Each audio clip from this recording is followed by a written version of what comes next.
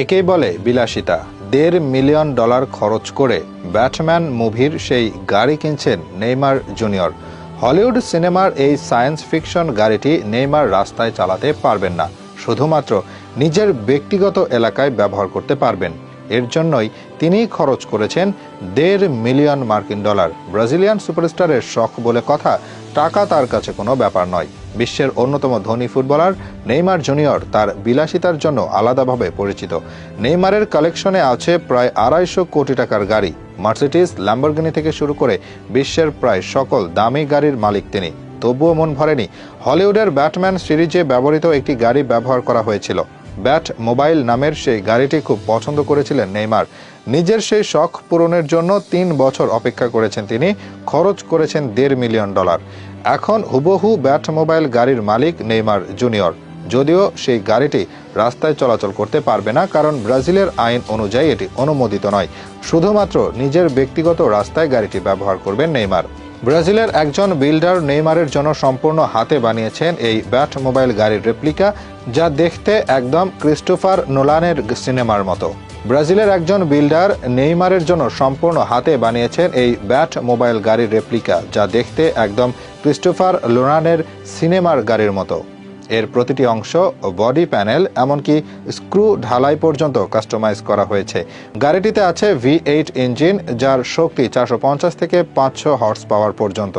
কিন্তু original design অনুযায়ী এই গাড়িতে কোনো সাইড মিরর নেই, এমনকি টার্ন ইন্ডিকেটর এবং নাম্বার প্লেটও রাখা হয়নি। এসব কারণে গাড়িটি সরকারি রাস্তায় চালানো যাবে না, তবে নিজের ব্যক্তিগত সম্পত্তিতে গাড়িটি চালাতে পারবেন ব্রাজিলিয়ান তারকা। প্রায় 3 বছর ধরে গাড়িটি তৈরি করা হয়েছে শুধুমাত্র নেইমারের জন্য। এর পেছনে তিনি খরচ করেছেন বাংলাদেশি মুদ্রায় 17 কোটি টাকা। অথচ এই টাকা দিয়ে অন্তত 3টি বিলাসবহুল গাড়ি পাওয়া সম্ভব। যদিও নেইমারের বিলাসিতা নিয়ে বলার কিছু নেই। ব্রাজিলিয়ান ফুটবলের পোস্টার বয়, বর্তমান বিশ্বের অন্যতম সেরা খেলোয়াড়। মেসি, রোনালদোর যুগে তিনি ছিলেন উজ্জ্বল এক তারকা।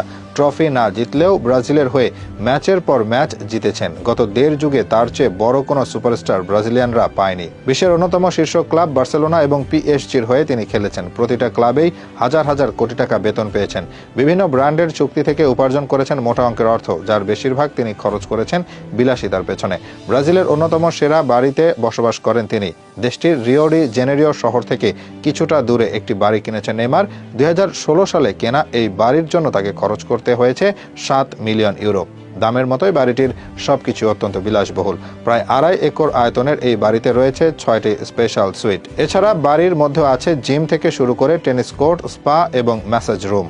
ব্রাজিলিয়ান এই তারকার মালিকানায় রয়েছে একাধিক হেলিকপ্টার এবং প্রাইভেট জেট।